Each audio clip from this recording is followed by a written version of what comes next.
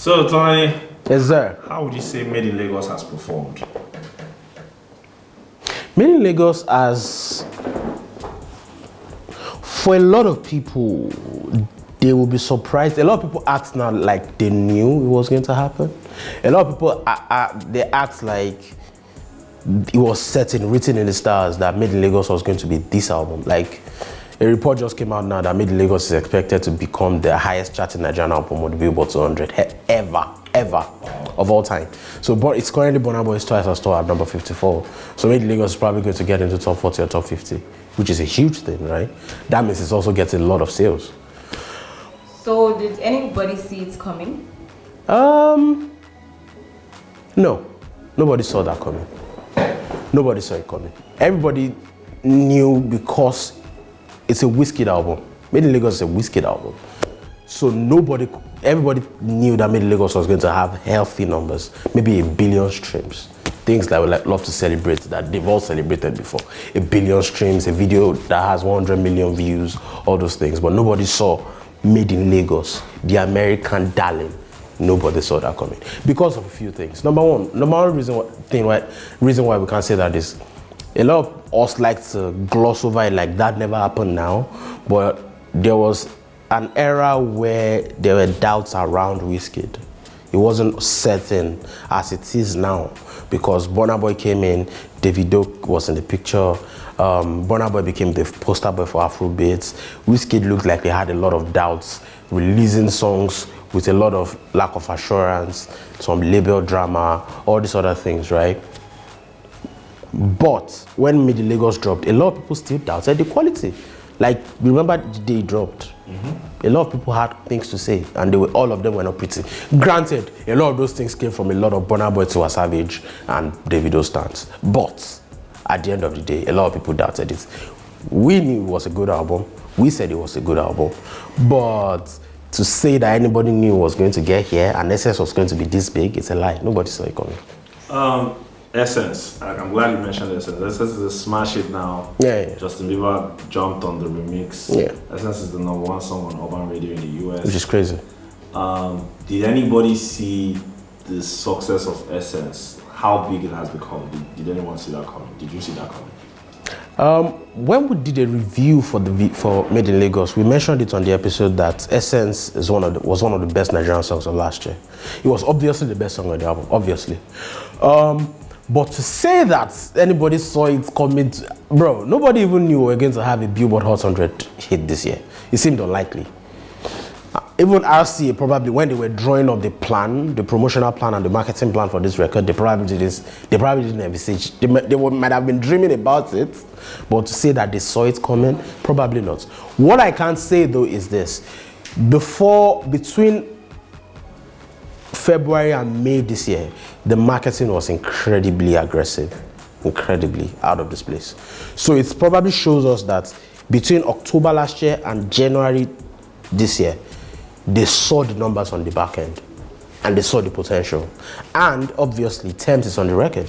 And you can see the way Tems has been moving. Tems is not just a Nigerian artist anymore. No. No. The positioning is crazy. So Tems is on the album, Wizkid is on the album, the label, which is Sony, that is the parent company of RCA, to which Wizkid is signed, saw potential. They want a flagship Afrobeat artist, big budgets, everything. Warner has it with Burna through Atlantic. Universal has to a Savage. Davido as well is on Sony. But when A Better Time dropped, A Better Time doesn't have the foreign appeal of Made in Lagos. So if you have Sony music, like, it doesn't have the cross-continental appeal of Made in Lagos, because Made in Lagos is a bed of different influences. So going back to what Essence is, nobody can say they knew what it was going to do. It's surprising because Essence might become a top 10 record on the Billboard Hot 100. That is crazy. Yeah, so does Essence justify Justin Bieber's entry into Afrobeats? Well, it does. It does. In terms of like white boy culture, quote and unquote, there are some artists that have Again, cross-continental appeal. Justin Bieber is one of them. Remember when Justin Bieber came onto the scene, right? He wasn't just a white boy. The branding that they gave to him was, he was this cute little boy whose mom was in his life and who was Usher's protege. Yeah. That was the branding. That was the story. That was the story, right? So that gave him an incredible urban audience in the first place. The urban audience was there with him. Then, when he was getting into his late teens, his style evolved. Justin Bieber started using chains. Oh yeah. It was dressing like a hip hop artist. It was dressing like a trap artist. And then when Justin Bieber needed to transition from a teen heartthrob into a superstar, the branding they gave him was the branding of a rapper, of a trap artist. Oh, he's doing drugs now. Oh, everybody on the street hates him. Even an alter ego. Exactly. And even I've been rapping alter ego. Yeah. Exactly. Yeah. So the appeal and the urban appeal has always been there. And a record like Peaches went crazy. Even here. Peaches charted here. On Turntable Charts, it charted here. Then they did an Afrobeats remix, which makes a lot of sense, right? With Omale and Alpha P, produced by Mastercraft. Then he does Essence remix. It's obviously, and it's a smart idea, it's a smart move by everybody involved. I would say that what I don't know though is how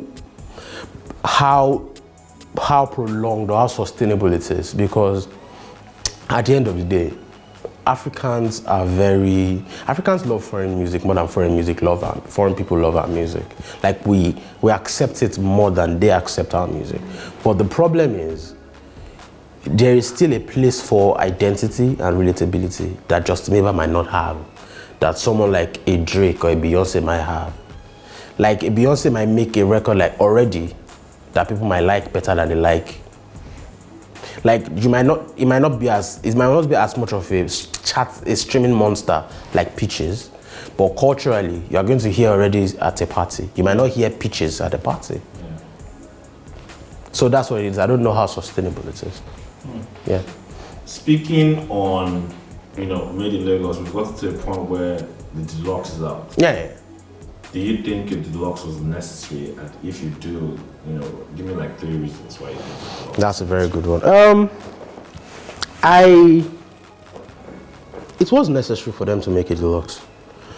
Look at it this way. If you're a label, like a lot of people like to think from the perspective of people do things because they just want to do it. Nah, they just don't want to do it. They do things because there's a reason for those things to be done, and there is something to be gained from those things. So if you are Wizkid, your album goes crazy.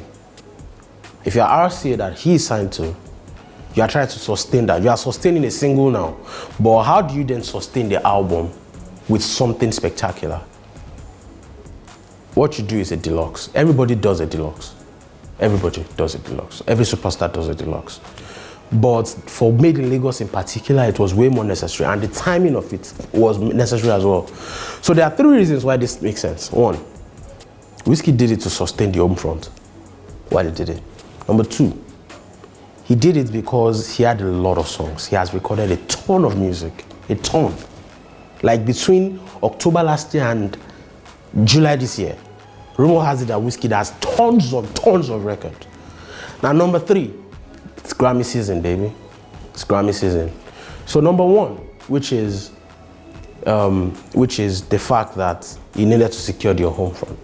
Burna Boy is a cautionary tale for a lot of people. Don't get me wrong, I'm not saying Burna Boy is floundering, but Burna Boy sacrificed a lot for that Grammy because it was harder. What Burna Boy has also become some sort of a forerunner for Wizkid's success as well. Yeah. He has. Because Burna Boy, let's not get it twisted. Before African Giant got a Grammy nomination, nobody thought an African pop album was going to get a Grammy nomination. Facts. Nobody thought. Like, we didn't think so. So by the time he did that and he didn't win, he did what he had to do to go win it again. Now, nobody has to do what Burna Boy did to win a Grammy anymore. Made in Lagos doesn't have to do that. Yeah. Made in Lagos is going to win a Grammy. He's going to win that category. Easy. Made in Lagos doesn't have to do it because of what Burna Boy did. But because of what Burna Boy did, it's also he alienated everything else for that purpose. Like I was even having a delicious conversation with someone today that I found something out. Monsters You Made, Michael Jackson's estate is getting publishing from Monsters You Made. The planning for this record was crazy. That flow is it's Michael Jackson's flow. So he's a songwriter on the song, he's getting publishing. Wow. Yeah. So bro, he did like a lot of thought went into that album for that to happen. So with Burna Boy now doing that and alienating the home front, the singles that what videos that Burna Boy released of that album? He released Monsters. I mean,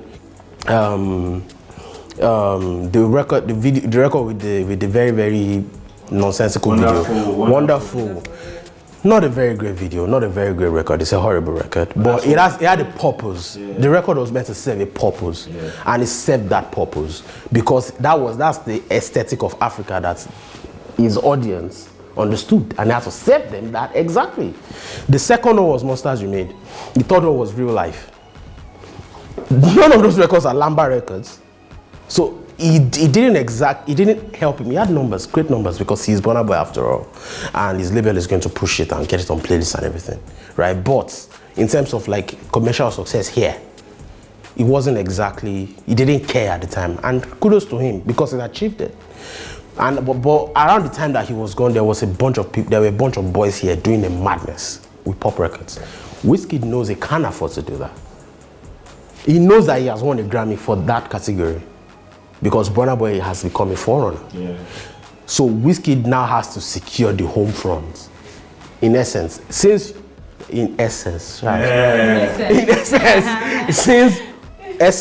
Essence is blowing up, they already gave Essence a remix, which is on the Deluxe version. Released 3 records that are going to secure the home front. Anoti, Steady, and Mood. Those records are not exactly records that speak. We want to break the foreign markets, especially a record like Anoti. It feels like Anoti was going to be the record I was going to break, but now it feels like Steady is one of those Wizkid records that will just grow over time and go nuclear. Then the second reason is Grammy. It's because Wizkid has a lot of records. Rumor has it that Wizkid, when SARS came to Loose Talk podcast, he said Wizkid has a lot of hard drive records. Remember that episode? Yeah. That Wizkid records a ton of music that will never see the light of day. The same thing happened when he was in Ghana. It was everybody went to meet him in Ghana. Everybody that mattered. If you didn't go to meet Wizkid in Ghana, then you don't matter. So basically, as a producer or as an artist, so you either don't matter to the industry, to the culture, or you don't matter to Wizkid. One of the two. It's not personal. It's not personal. So recorded like. Rumor has it that he could release 2 bodies of work in Burna Boy over. That he could release 2 Amapiano albums if he wanted to. So there's a ton of records on ground. So coming back, the third reason now is it's Grammy season. The Grammy category was meant to close on August 30. So the day that the Deluxe dropped would have been 4 days to the end of that, to the closure of the year in review. And if you are the label, you are thinking we need to re-up and put ourselves more in the conversation. SS is putting us there, but we need to re-up. The album itself has to be visible because they are now saying that global music is not enough for us anymore. We might actually get a nomination outside those categories. And even maybe a Big 4 nomination, it's possible that SS gets a Big 4 nomination, make no mistake. Like Big Four categories, like that's Best New Artist, Record of the Year, Song of the Year, and Album of the Year. It's not going to get Best New Artist. It's not a Best New Artist. So it's either Song of the Year, Record of the Year, or Album of the Year. It's not impossible that you can get one of those because every year the Grammy selects one outlier. 2 years ago this year it was Black Pumas. 2 years ago Jacob Collier was the one. So this year Afrobeats suits the agenda perfectly. And who is the front runner for that genre right now? It's Wizkid. So there's a chance that if Essence cracks top 10, it might get a record of the year, Song of the Year nomination. It's not impossible. So they realize that there's a chance. And there's urban contemporary category as well, which is not impossible. Because But the only problem is it's unlikely to win any of those big four. It will be a major upset if he wins any of those. But a nomination is still incredible because Olivia Rodrigo is going to get a nomination and she's going to win. She's the new darling of American music capitalism. She's had a great run. Easy. So, but urban contemporary, that's where something might happen. It depends if they submit it in those categories because Essence, as much as it's a pop record, a lot of Americans would deem it as R&B. Yeah. So basically. So we have other versions, like we have a remix by The Baby and by Ghost Killer. Yeah, Ghostface Killer. Ghostface Killer. So what would you say about those remixes? Basically, what those remixes are telling me is, except they are very coincidental, which is unlikely. Nothing is coincidental in the music industry. Because 2 days back to back, if two rappers are making, like Fool Me Once, that Shame on Me. Fool Me Twice, that Shame on. What did Draco say again? Fool Me 3 times. Fool Me 3 times. Chopper. Let the chopper rain on you, right? Straight. So, that Baby one, both of them actually, it tells me that they are trying to, Justin Bieber has taken that song to white America, Essence. They don't want to alienate the urban market because the urban market is still a major audience for Wizkid. So how best to help the urban market and how best to reintegrate back into with the urban audience than with a rapper who is on the lam or who is on trial, and two rappers who are OGs, right? How else? So two rappers who are OGs, that's Wu-Tang Clan. Hip hop is Wu-Tang. Hip hop royalty. Hip hop royalty, basically. So it makes a lot of sense, but it's probably not going to do much for that record. It's unlikely to do much for the record. Just the add buzz. It's going to. It might not. It's unlikely to even have. What buzz do you want to add that Justin Bieber cannot add? Actually.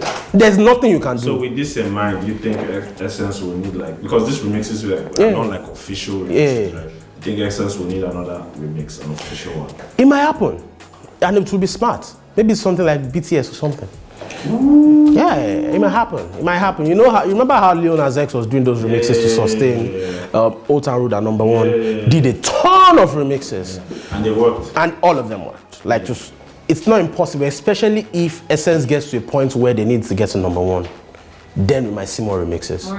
We might see more remixes. Like if it gets to like number 3. But the problem is, Essence runs a risk now because Kanye dropped last week. Kanye is going to clog the chart next week. These are very similar. These are very similar cases, the Lil Nas X and Wizkid Essence, in the sense that the original song came out and both parties, the Nas X and Wizkid, reached out to a white man. Reached out to a white man. White America personified. To move it. So and those records moved. Yeah. So it's very possible. That's a very good point. So basically, we might just see it's possible, but it might be hard because Essence will have to be a very, very, and it's not impossible because it's that good a record, but it would have to be a very, very resilient record to still be in conversation for top 10. Yeah. Kanye is going to clog the chart next week. Drake is going to come again.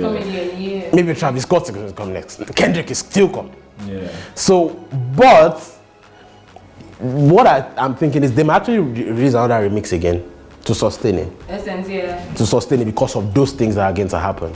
Because it's going to be, to recover from there, it might be somehow. Nobody knows. Because summer is going to be over very soon. So many other people might want to jump on that, on creating more remixes. Especially now that we have social media, especially on TikTok, we have people like using other songs into the lyrics. Now I need some lessons. So they're using different kinds of lyrics. Yeah, there's a part where so a lot of people on TikTok. I think I need a dog. They use different words, different lyrics. That makes a lot of sense. But it's not blown up yet. No, it hasn't. So maybe that's the next phase of the marketing. Yeah.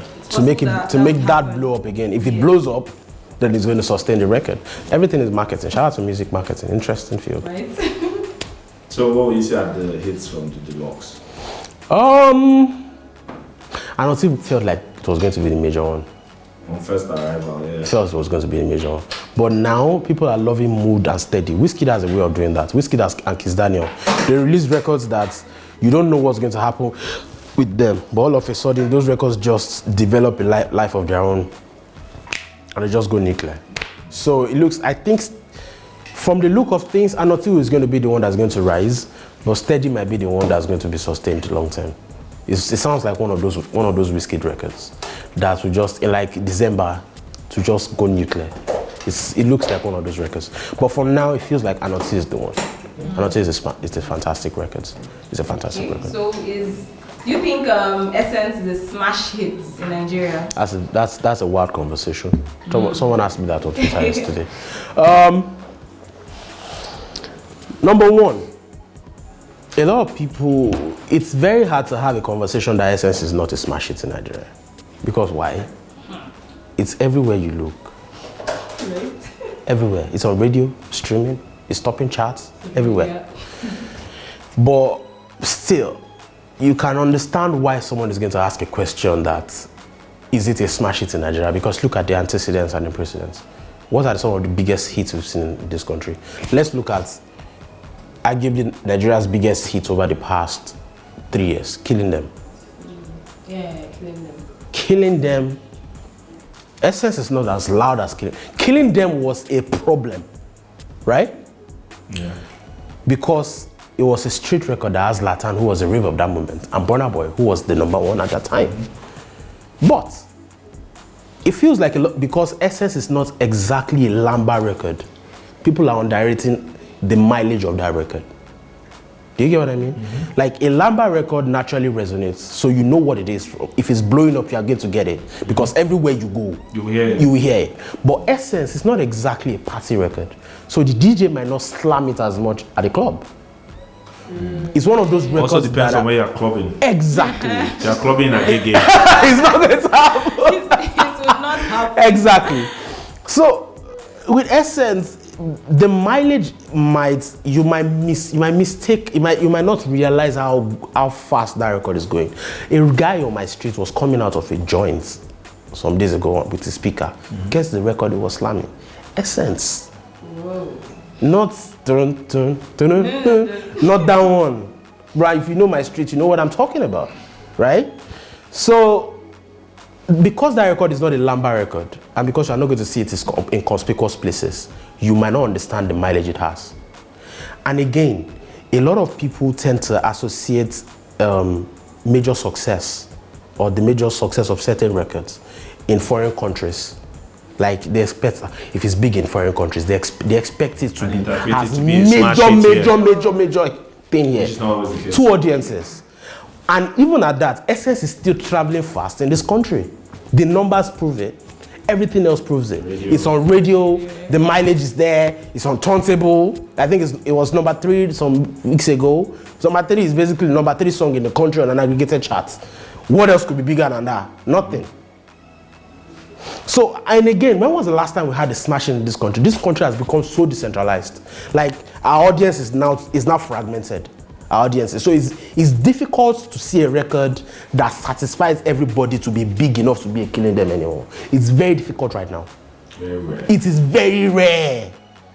The records, when was the last time we had a record like that?